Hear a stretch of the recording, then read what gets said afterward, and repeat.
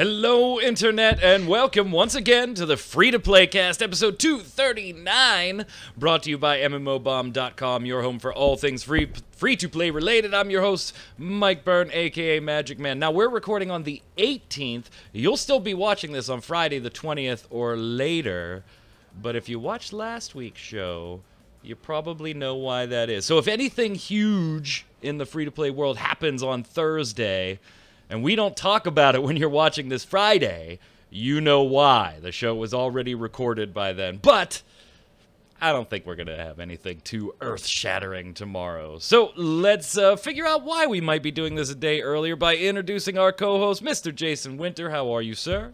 I'm doing pretty well. You know, I just yesterday went out and bought this shirt so we could have the plain green shirt day, but apparently you did not get the memo, Mike. I did not get that memo, but our other host certainly did. Mr. Zach Sharps, how are you?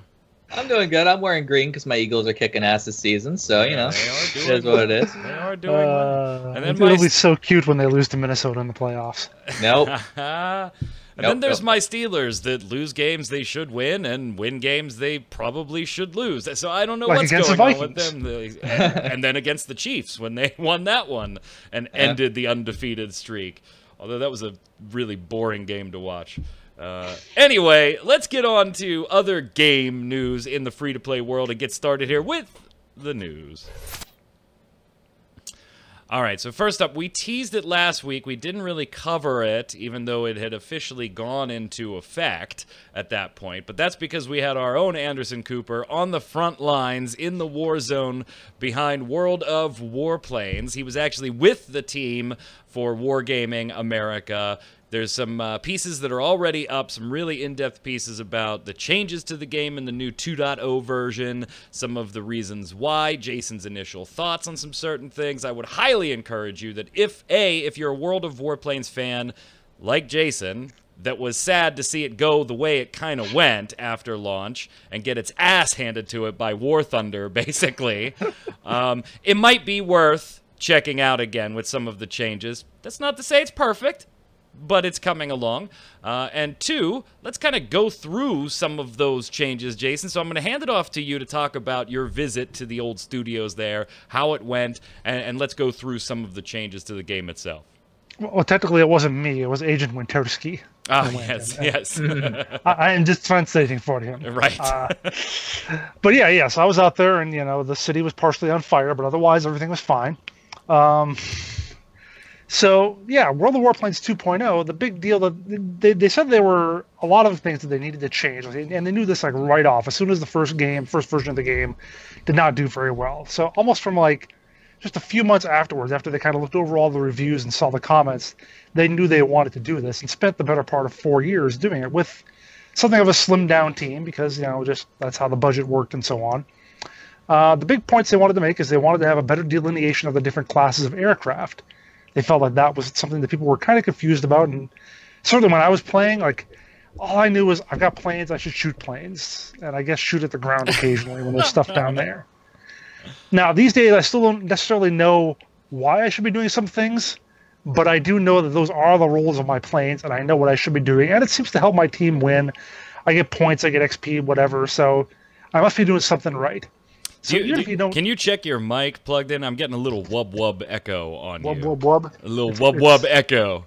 It's plugged in. I don't know what to do, man. That sounds better now. Okay, I'll just kind of hold the cord up here or something. There you go. So yeah, so they have like 4 or 5 different types of planes, whatever. Yeah, 5 now. So they have the fighters, which are, you know, a little agile, go around, dogfight other people with them. Attack aircraft, which are specialized in like flying low and hitting ground targets, but they're pretty slow. And you got the heavy fighters, which are kind of just bigger and slower, but also do a lot of damage when they fight. Multi-role fighters, which kind of do a little fighting, a little bombing. And then the bombers, which are the new class they introduced.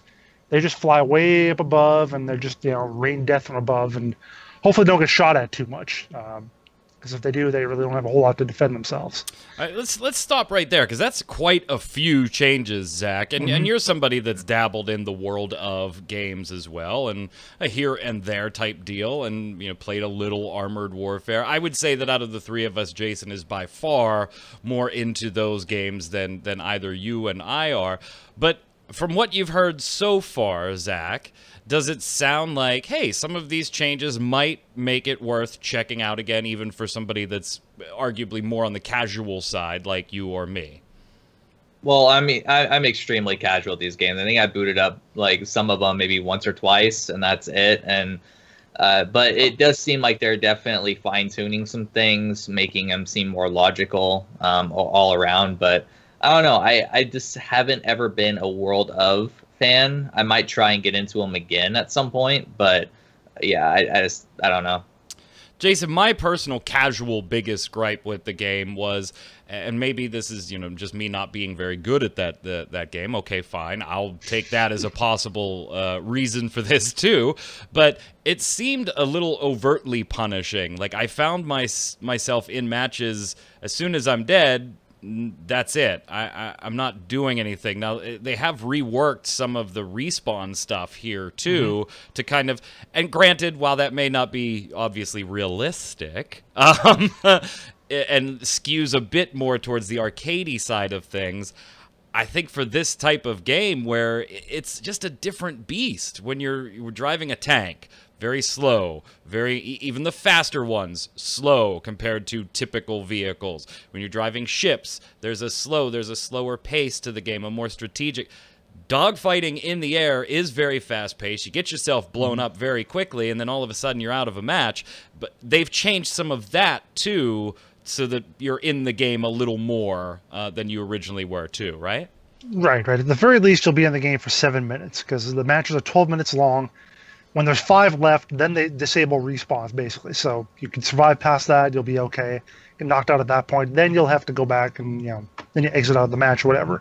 But that was another one of the major points that they realized. They even admitted, like, yeah, War Thunder did that and it was a good idea, so, you know, we're doing that. So, yeah. One of the things that I thought was interesting, though, Zach, you and I like to look at marketing and kind of back-end stuff like that and blast companies or give companies kudos for this. It seemed like in your piece, Jason, and again, head on over to mmobomb.com to check out both of these pieces. Very interesting. Even if you're not too much of a fan of the game itself, they're interesting reads from a development and marketing standpoint. They really weren't shy at acknowledging War Thunder kind of kicked their ass. Yeah, I mean, that's. Oh, sorry, was that to me or to him? Oh, go ahead, and then we'll get Zach's take on it. Yeah, I mean, when I talked to their brand manager, marketing director Al King, he talked about that sort of stuff, and because I asked him directly, I'm like, hey, this game is kind of sucky compared to the others. It's just looking at numbers or whatever, not making a judgment call on the quality. I was like, obviously it has not done nearly as well. So, what is your response to that? And he said, yeah, what did he say? We'll let the competition come in our space and steal our players. He admitted to that, and then their what was it?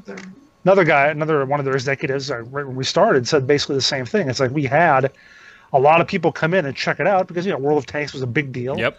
This was the next big deal, so of course you get everybody coming in the first, and they said they basically just all left.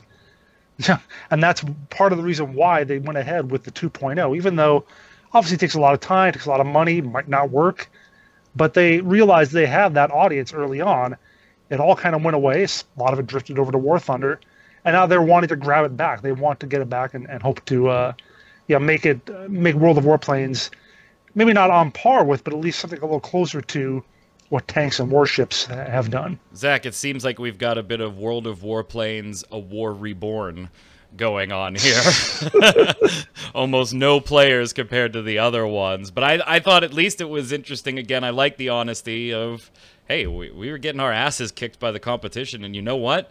We kind of let them. And it also kind of goes on hand in hand with other things we've talked about on the show, Zach, where the CEO of Wargaming came out in an interview and talked about being, what was it, prideful or boastful. Too arrogant, I think. Too arrogant, and stuff like that. I mean, it's nice to see those comments, but then I think it's even nicer to see those comments align with, okay, let's do something about it and watch what happened to Warplanes afterwards, Zach. I think it's just an interesting flow line here for the Wargaming team. Yeah, I mean, actions always speak way louder than words, and I always, applaud devs when both the words and the actions match. And so in this case, I think that they did a good job and realized some of their mistakes. And from what Jason said, the game's changed for the better. So we'll just have to see whether or not that brings in more of a population and sort of share some of the success of the other war of games. So Jason, it's actually funny. It's actually, I just want to bring that in there. That when I was bringing that up, that with Al King, I mean, yeah, probably some of that same sort of stuff. He said that. He said, we were, too arrogant. And I said, yeah, that's basically what Victor said in another interview. And he's like, oh, well, good thing I'm in line with my CEO. Glad we have the same message. There's two things that I also thought were interesting here, aside from the game changes itself, which, to be fair, are being generally well received. From what I'm seeing on the internet, they had the same kind of gripes about smaller things that you shared in your piece, Jason. Some of the objectives not being all that clear as far as, how do I capture a point? Just kind of hover in it. Rewards were another issue I had trouble with, yeah. So there's a couple things out there. And again, they acknowledged this is not final. This is, we're still moving along this. But it took us this long to get here because of how badly the game performed. I thought it was interesting that they then turned around and said, World of Warships is probably in the better condition that it's in because of how badly World of Warplanes did and forced them to kind of pull back into the shell and look at what was going on before pushing forward with warships. I thought that was an interesting take on their whole wargaming portfolio there. There's actually an article about a month or two ago about free-to-play systems from a guy who wrote on Kama Sutra. He said that he actually went to Wargaming and served as a consultant for them after planes bombed. To use an aircraft term. After planes did poorly, he was kind of brought in to help with warships to make its loot system a little better, and that was some loot and progression and so on. So that sort of seemed to be echoed here, and they talk about how. I lost the train of thought there. But yeah, they do talk about how like I said, it took them a little while. That they were they one of the things that Victor said was basically when they did Warplanes, they tried to make World of Tanks in the sky. And it didn't work out so well. It didn't work out for whatever reason. And that's why they have a totally different system for World of Warships. They knew they couldn't just do World of Tanks on the water and do the same thing. So, yeah. Also why it took so long to get 2.0 for Warplanes, because the team was obviously massively scaled back. And as I was told too, and also Vladimir Putin invaded their country. So right, yeah, you had a little bit of that going on too. Zach, I'm going to put you in the analyst hot seat now. Knowing what you know about the game industry, wargaming, things like that, is this too little too late? I think it's an interesting question to ask. I mean, to get like a mass amount of people to return, I think it is too little too late, but I think that they will at least see growth from this. It's just a matter of how much growth and whether or not the return on their investment is worth it in the end. So I'm gonna say that at least a good bit of people will come back, but not necessarily the numbers that they want. I'm sure Jason will be watching the numbers over the next 6 months or so. I'd like to, but I still can't see how many people are online they on the kind servers. of took them off. Well, but again, it's the same thing. If I look at the World of Tanks wiki for the Asian server, it's like for some reason that's also off. So maybe it's not nefarious, but it's still kind of weird. Yeah, it's not nefarious in the way that Steam fixed their review bomb thing immediately after Dota 2 got review bombed. Yeah. But I will say I do get a fair number of bots in my matches, so it's like it's not there yet. It's still they're still trying to get enough people in there to fill out some matches. So. Let me ask this then, Zach. Does it do irreparable damage to the Wargaming brand to let it fail? I mean, obviously that had to be something they considered. Should we just shut this down, or do we try to do something with it? We see that with, obviously, Final Fantasy XIV being the, crown jewel of that type of development plan. But we've seen it with other games as well, where they revamp the game entirely to try to avoid shutting it down. I think, World of Tanks is going to do its thing. World of Ships is doing its thing to a lesser degree, but still a very successful degree. Would it have hurt Wargaming to just say, we didn't get this right, and there's already some, not just War Thunder, but other titles that are severely hurting our competition chances at this point? Would it have maybe been something in your brain that you would say, all right, let's refocus on tanks and ships and forget planes for now? Or was this too much of a Wargaming has to have all three of these, and if one fails, that might send the wrong flags to the wrong people about the other two? I think a little bit of it is ego, them just trying to have all three. But I think also it has to do with them at least going to try to repair I just want it known that damage. was not my phone this episode. Yeah. Go ahead, Zach, sorry. But yeah, when it comes to the overall brand, I think that the reason why they did this is number one, a little bit because their ego, and also because they at least wanted to try to fix World of Warplanes instead of just abandoning it altogether. I think that would have been damaging to their brand if they just left it and didn't try at all. But since they tried, and from what Jason points out in his article, they tried pretty damn well to fix this particular game. So I think that is going to help them, even if they end up shutting it down, even a week from now or 2 weeks from now, or however long it's going to take for this game to maybe shutter if it doesn't perform how they expect. At least they tried, and that's the main thing. It'll be interesting. Now, while you were there, you also got a little bit of some news about another title that Wargame is involved in, if not directly the be-all, end-all company behind it, Total War Arena, which is, Jason, I'm just going to turn this over to you because the Total War is like your absolute favorite series of all fucking time anymore. So I'm going to turn it over to you. We've seen this, right? We've done the first look on it. We've covered it anytime we get news, but it's still one of those ones that's off in the periphery, not quite available to the general public in mass yet. So what news did you scrape for us on the Total War Arena front? Yeah, I'm still going to have to go back through my interview and try to remember half the things we talked about. Like you said, it wasn't a whole lot that was new, stuff that was still out there.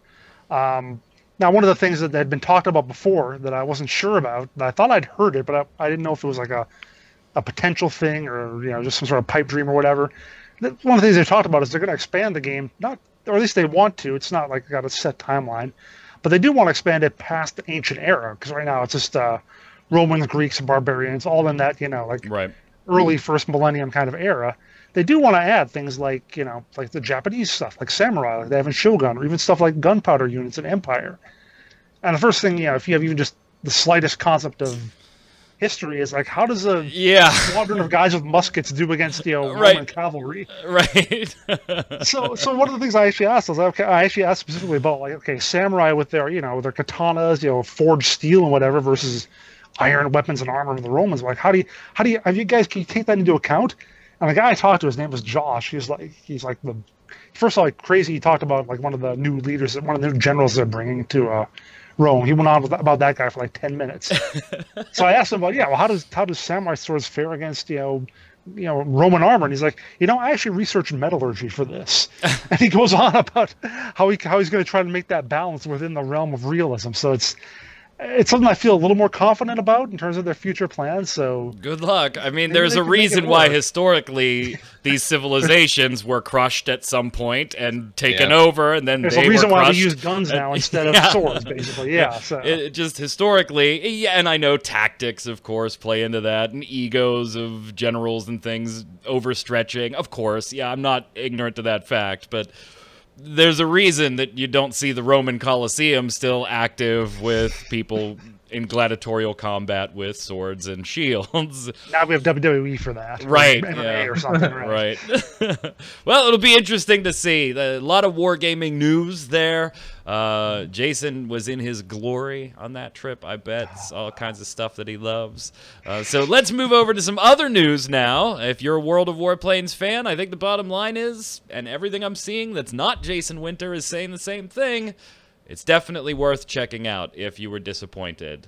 You might not be as disappointed now. You might like the direction things are going. Be less disappointed. Yeah, be less disappointed. That's great. A modicum of disappointment. All right, let's move over to the rapid fire round because we've got a lot of stuff going on, and I don't want to talk about everybody's Halloween events. I mean, 'tis the season, right? All the damn events come out. We did a top 5 list. Granted, there were 2 or 3 that probably would have made the list, but, we can't wait until Halloween to make the damn list. So forgive us if, like, Guild Wars 2 isn't on that list. It probably would have been, but the details weren't released until, a day ago or so. So we got them all covered on the site. I did want to talk specifically, though, about Guild Wars 2 and their Halloween event for a very specific reason. No, I haven't. So the Mad King is coming back to Guild Wars 2, Shadow of the Mad King Halloween Festival. It kicks off today and runs through November 7th, so you have quite a bit of time, and any players can take advantage of these. You can explore the Mad King's Labyrinth, kill beasts and all that thing. Yeah, great, fine, fantastic. But the clock tower jumping puzzle does come back as well, and this might be, to this day, the only thing I have completed in Guild Wars 2 that Jason Winter has not. And I'm not gonna lie, I did spend a few angry hours on that thing trying to complete it before I finally did. So Jason, the big question this year, are you gonna complete the clock tower jumping puzzle? I'll give it a try. Or two. He's not committing to anything. He'll take a whirl. One thing I don't know is and it's because once I did it 1 year, I didn't go back. Maybe you can answer this for me, or Zach, maybe you can. Is the jumping puzzle itself the same every year? Like, I know it's the tower, but like, is the pattern and all that stuff that goes up, is it the same? I believe it is. It's the same thing? I think it is, yeah. And I still suck at it. Zach, have you completed the clock tower jumping puzzle? You know, I don't remember, because if I attempted it way back when the game, when it first came out, the first ever, clock tower. But I know that I did the Christmas one. Oh yeah. I'm not well, sure about. Easy. I'm not sure about the Mad King's Tower though. I know I attempted it numerous times, and I probably completed it just because I completed most of the jumping puzzles I attempted. No, you don't get points for probably here on the free-to-play cast. Hey, You have to log in. You have to check your achievements. Check your achievements, brother. Check your Guild Wars 2 achievements. So if you want to join the ranks of elite Guild Wars 2 players like myself, go ahead and jump First of all, in. you have to get out of the level 80 zone. Right. Out of the starter zone. Go do your clock tower jumping puzzle and put your achievement in the comments below. Jason will give it a whirl too. Zach, nothing Guild Wars 2 can get you back at this point. I just think it's off your radar. I mean, I got Path of Fire, right? And I literally logged in, did the initial, introduction, and then I logged out because that's other stuff I wanted to play. But, I mean, I'll probably hop back into it eventually when I want to actually play the expansion, but I wasn't wanting to even play it till, November, December anyhow, so I'll probably play it then. I might post a video of me completing the clock tower puzzle. See if you can do it again, buddy. See if I could do it again, right? It was a couple years ago. It wasn't last Halloween, so I know it was at least 2 Halloweens ago. Maybe 3, but it was definitely at least 2 Halloweens ago. Actually, I think it was 3, because I was at Game Breaker when I did that.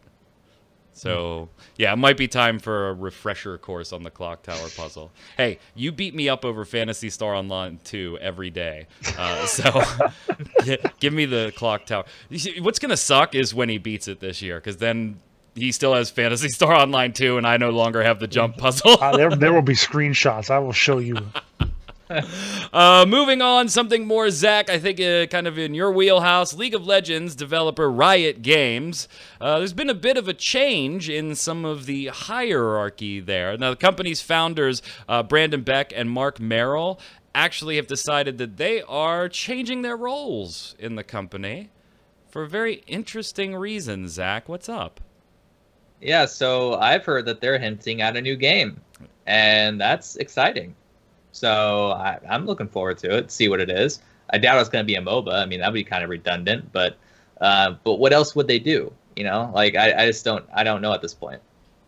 Yeah, I liked the quote that we're going to finally put the S in Riot Games. I know that's kind of a brilliant quote to put there. So they say, we're incredibly excited to jump back into the trenches for this next chapter and look forward to sharing what we're up to along the way. Thanks to all of you for continuing to make our dream jobs possible. I think this is great. Great news for Riot Games. Here's the thing, though, Jason. I'm going to pass it to you for a little cynicism, maybe. Oh, I've got some. Could this ever be a success? I mean, it's going to be compared to League of Legends no matter what type of game they deliver here, right? It's going to be a failure if it's not the next League of Legends. It's kind of like Half-Life 3 is never going to come out because it could never live up to expectations. Speaking of Valve, maybe they'll do a card game like Artifact.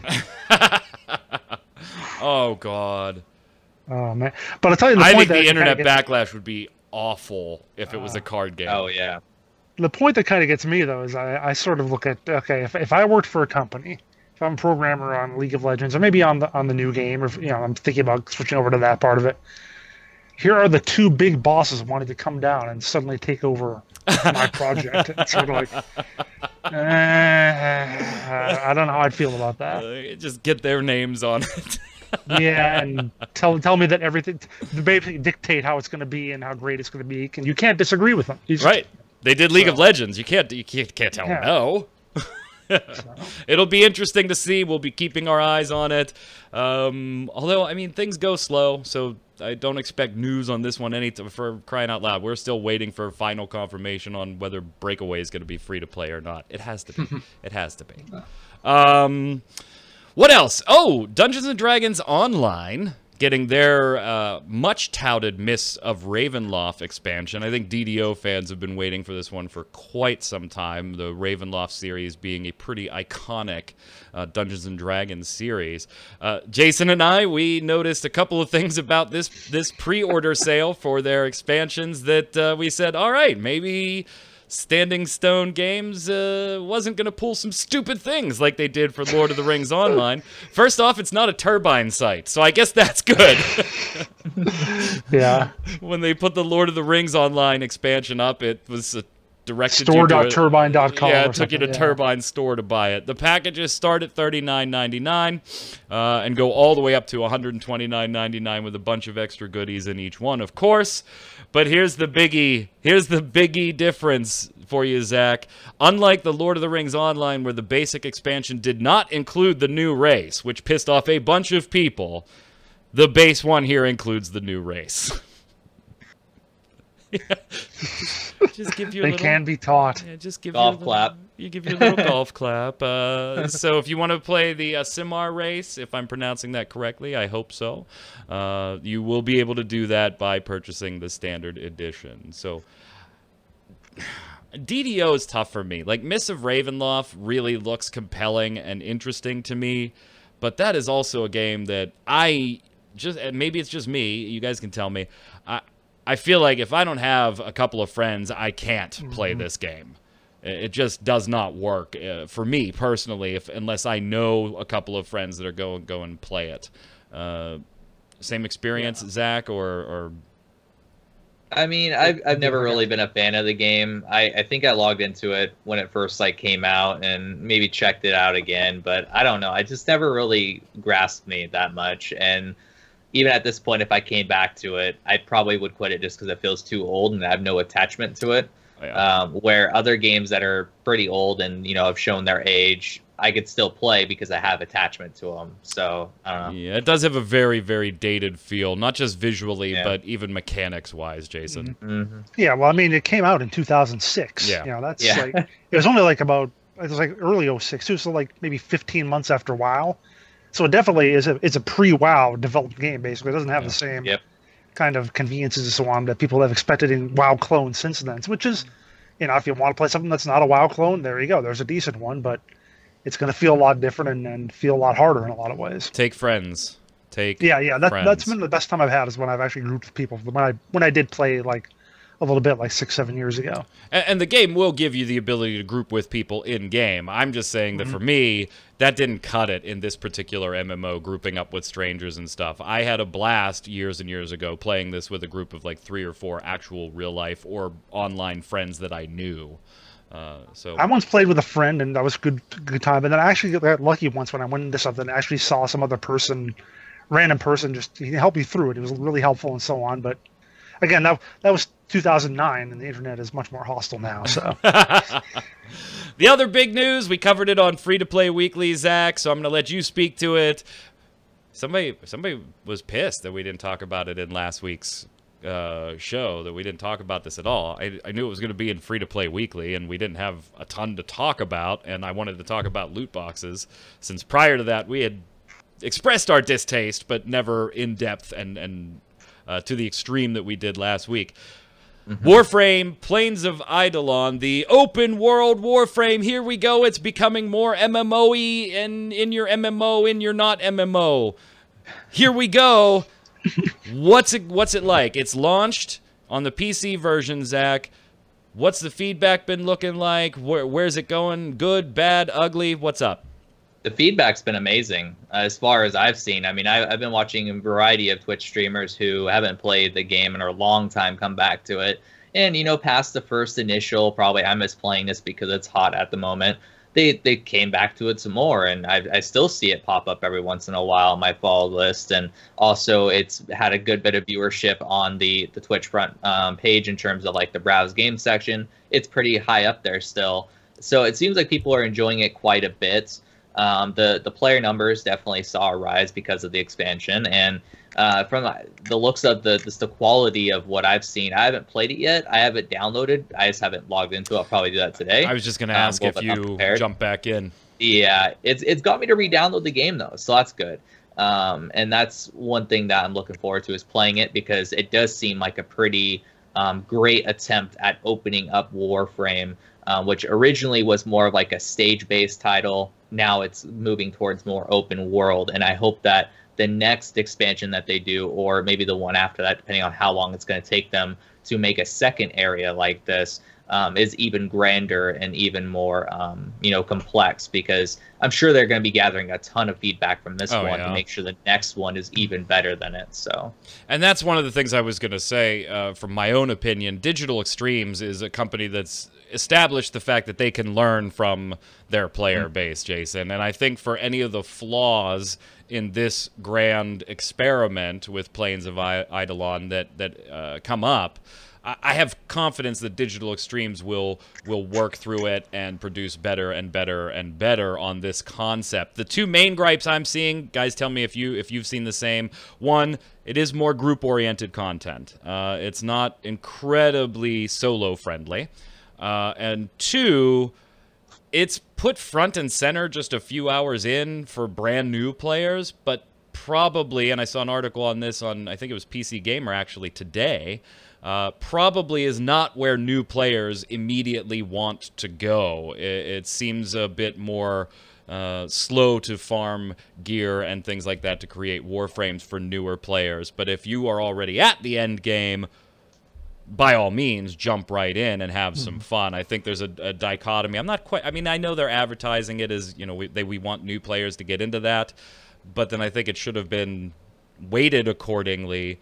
So, again, something I think Digital Extremes will learn from, Jason. Yeah, if they make another zone, they'll probably make it a little more noob-friendly, or at least increase basic drop rates on basic stuff. And yeah, in terms of the grouping stuff, it's like, on the one hand, I can see how that stinks, especially if you just want to jump in there. On the other hand, that is kind of how Warframe works in general. You got to have a group of 4 to go through one of the levels, so... Yeah, and, everybody who was like, yay, open world, more MMO-like, that comes with grouping. I mean, yeah, it makes me think almost like, makes me think almost like Guild Wars 1. Yeah. Or the open world zones, you had to have a group to go through them. Or, of course, they realized right from the start, hey, we're going to give you the chance to have these henchmen or whatever to go with these NPCs, so and maybe that'll be a way to figure that out. Started a new feature on MMO Bomb called Bomb Poll. Now, this is not just your generic Game A versus Game B. We've done all kinds of things with it. We've got 2 so far, a lot more planned. One is Game A versus Game B. Very fitting for the week we put it up. You know, it was PUBG or Fortnite. Pick one. But, Jason, the latest one you put up, are you tired of fantasy MMOs? Now, you only get 2 choices in these polls, so it's no, I'll still play them if they're good, or yes, give me any other genre right now. So how's it going right now? Just looking at it, it's actually just about 75% in the no, I'll still play them, or it's just 25% yes, I am tired of them. So good to see that much of variety, because like I said, this came from when I had a discussion with someone around the time Guild Wars 2 was coming out, and I tried to sell him on the game, and he's like, no, I'm just done with fantasy games. I'm just tired of them. It's all we see out there. So, yeah, I mean, like I said, personally, I'll play what's good, whether it's got swords or whether it's got, spaceships. So, yeah, I guess I just don't get the notion of not wanting to play something just because of the background of it or whatever. So Jason is in the no, I'm not sick of fantasy as long as it's good category. I'm in the I love fantasy. If it's good or bad, I'll give it a whirl, but I'll stick with it if it's good category. Where are you, Zach? I mean, I would like to see some variety, but I'll play No! pretty much anything that's good. There's no variety in gaming. Everything from now on needs to be Cuphead. Everything. And you know what? I don't even want to talk about this last one, but I know Zach likes to talk about this, so I'm going to let him take over here. The only thing I have to say about this last topic today is, oh, by the way, go to mmobomb.com and answer the poll question, and we'll put up a new one. What is it? We're going to do a weekly? Yeah, yeah. Every Tuesday afternoon, I'm going to every Tuesday afternoon, head on over and check out Bomb Poll and log your answer so that we can give it to devs, and maybe they'll redo World of Warplanes again. I'm just gonna say, Zach, seriously, is this game dead yet? Can we just let this one die? I don't understand it at this point, and I'll let you elaborate on what the hell we're talking about. So we're talking about Bless Online. Oh, shit. Yeah, NeoWiz is bringing it to TwitchCon, and I'm assuming that's to gather feedback on all the revamps they've done and everything. And I don't know. I don't want this to die. I really don't, because it's a game that I checked out a long while ago, and I enjoyed it a good bit. I wish it was Unreal 4 instead of Unreal 3, because it's going to feel dated when it eventually releases. But I don't know. I enjoyed it for what it was. And so I hope that when it comes out over here and they do all the revamps, and all the revamps that I've seen seem really good, and adding some stuff that it's bizarre it wasn't in the game to begin with, I think it will perform decent. Will it last a while? I don't know. But NeoWiz probably has other stuff up their sleeve to bring over here as well in the future. So I don't know. Mike's just like, nope. Nope. Bless had me interested, Jason, 4 years ago. See, the funny thing is, Bless has been around so long, I was interested in it before I was tired of all Korean MMOs. That's how long it's been. That I was kind of interested in this. Like, oh, it looks kind of neat. And in the intervening years, I've been like, yeah, screw all that stuff. To the point that I still remember this and being interested in it back then. So. That's a great quote. Yeah, I don't know. I lost steam for this one years ago, and then the recent developments with it being, you know, Russia kicking it back, and then losing the publisher here in the West, and the rebuild project, and they kind of scared me back, Zach. And I think this is right around the time you did a little video on this game, is when they decided that they were going to shoehorn a more action combat control scheme into the game when it was originally built as a tab targeting game, and they didn't go back to change it from that. They just kind of shoehorned the control in there. I don't know. I honestly, I don't think we're ever seeing this one in the West anymore, and quite frankly, I'm in the category of I don't care. I don't care. I hope you get what you want, Zach. History shows you're probably not going to, though. I wish you luck. Godspeed. And yeah, there you go. Let's slide over to the weekly bombs. Zach is still excited for Bless. Oh my god. I wouldn't say excited. I would say hopeful, and I will play it for maybe, 10, 15 hours or so. If Troy were on this episode, he would beat you to death. He's so sick of talking about Bless.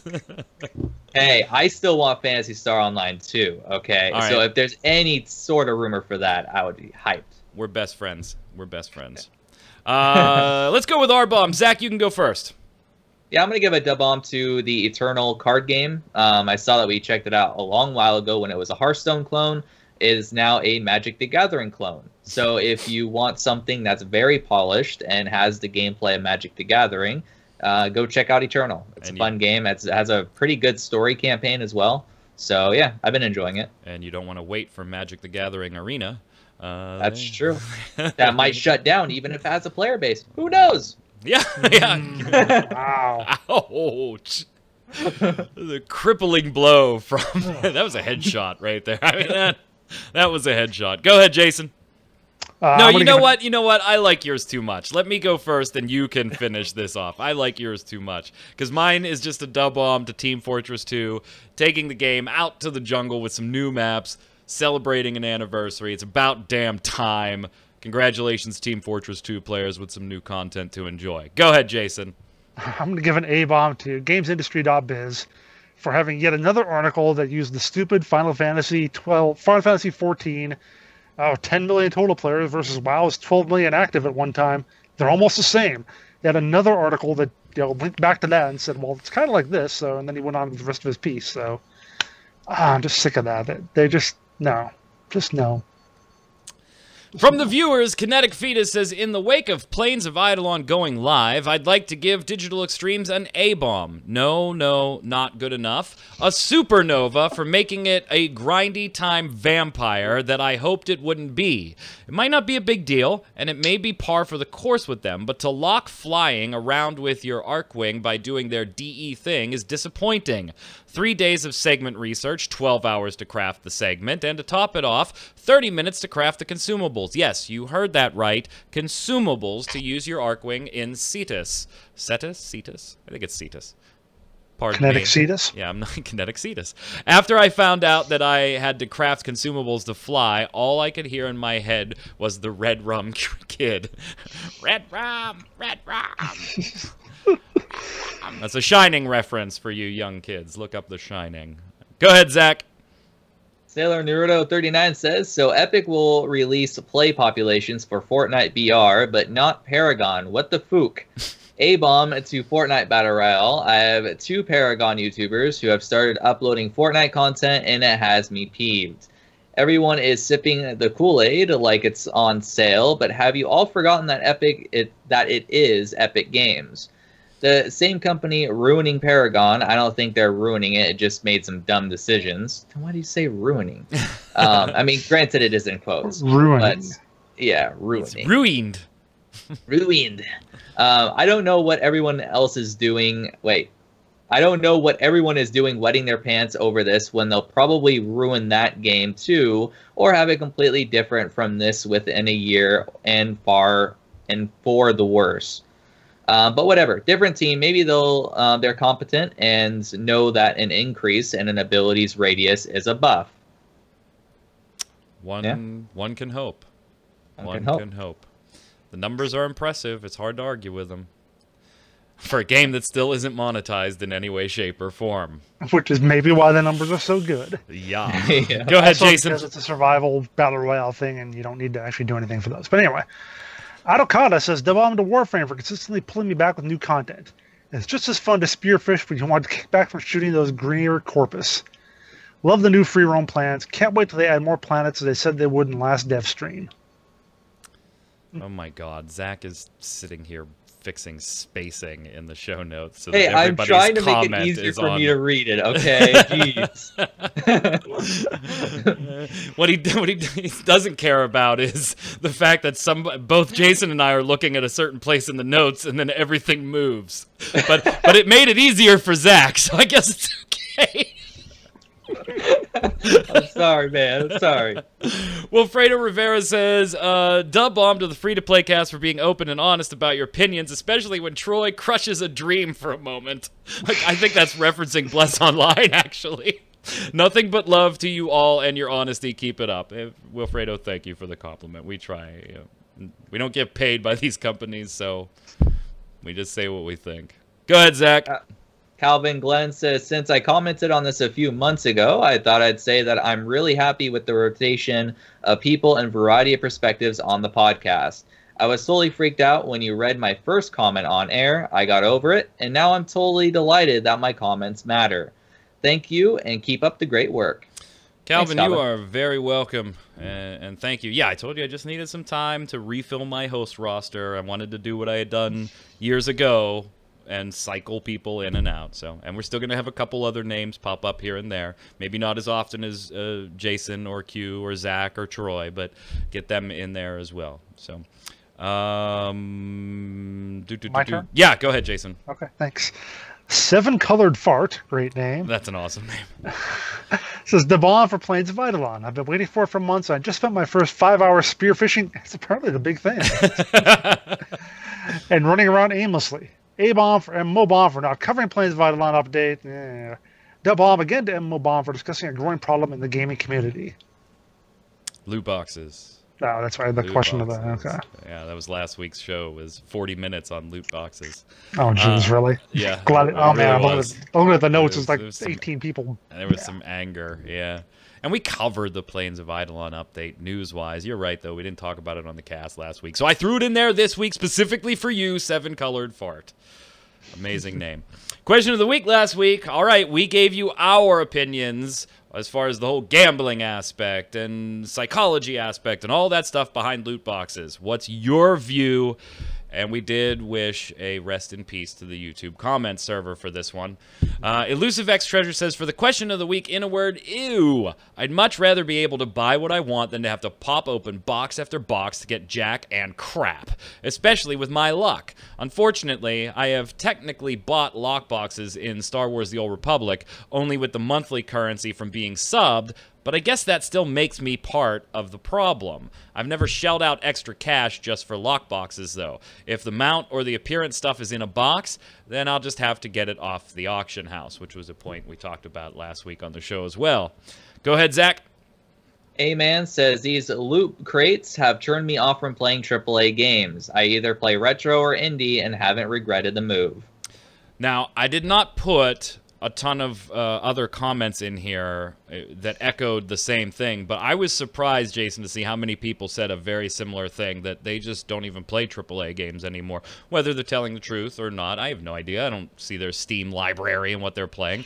I've got no reason to think a man is lying to us here, but there were a lot of those people that said, that type of behavior has just turned me off of AAA. I play retro and indie, and that's pretty much it. Which is why they're probably putting more loot boxes in now to make up for those lost people. But that, or 100,000 people say they're not going to do it. So wait a minute. The game only sells 7.4 million instead of 7.5 million copies. So Jason, you basically just said if you buy loot boxes, you're part of the problem, and if you don't buy loot boxes and leave the game and vote with your wallet, you're part of the problem too. Yeah, what are you going to do? I don't know. Jason, go ahead and take the next one. Smug says, I've been proclaiming this for years. The bandwagon is looking crowded lately. Loot boxes are gambling in all but name. They are the hallmark of shameless greed and lazy game design. It is a cancer to video gaming, and I look forward to the inevitable second industry crash if the bean counters want to go down this path again. In the meantime, I'll be playing indie and classic games instead, many of which are vastly superior in quality, but the cynical cash grab is pinched up by contemporary AAA publishers. There we go, that whole I don't play AAA aspect anymore. MMO player says, if people want to spend their money on loot boxes, then go right ahead. No one is stopping you, but don't come crying when you get ripped off. The chance of getting something rare or the same item in your collection list is based on RNG or chance. So, MMO player saying, you want to waste your money, go ahead. You want to spend your money, go ahead. But then, knowing that in advance, you don't get to also complain that the drop sucked. Which I think is a perfectly valid point, Zach. You want to spend the money? Go ahead. But don't bitch knowing that it's just a chance. It's like complaining that you didn't win the lottery. Go ahead, Zach. Treehouse of Horror says, might as well turn the whole game into a loot box. Pay for the game and get a 10% chance. It's not even the game you wanted. And it's going to be a much lower chance than that. There's already things like that. And they're terrible. This comment struck me, Jason. As I put it in the show notes, I sat there thinking, like, how... that type of plan might actually be an interesting monetization thing.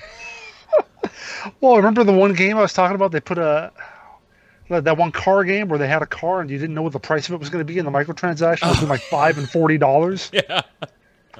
That's kind of how it feels in some way. Go ahead, Jason. Nia Sogra says, looks at AAA games and sees loot boxes. Looks at indies and sees a hat in time. Goes and plays a hat in time. There you go. Cart follows along in the general consensus here by saying the loot boxes are nothing but a gambling casino. Zach?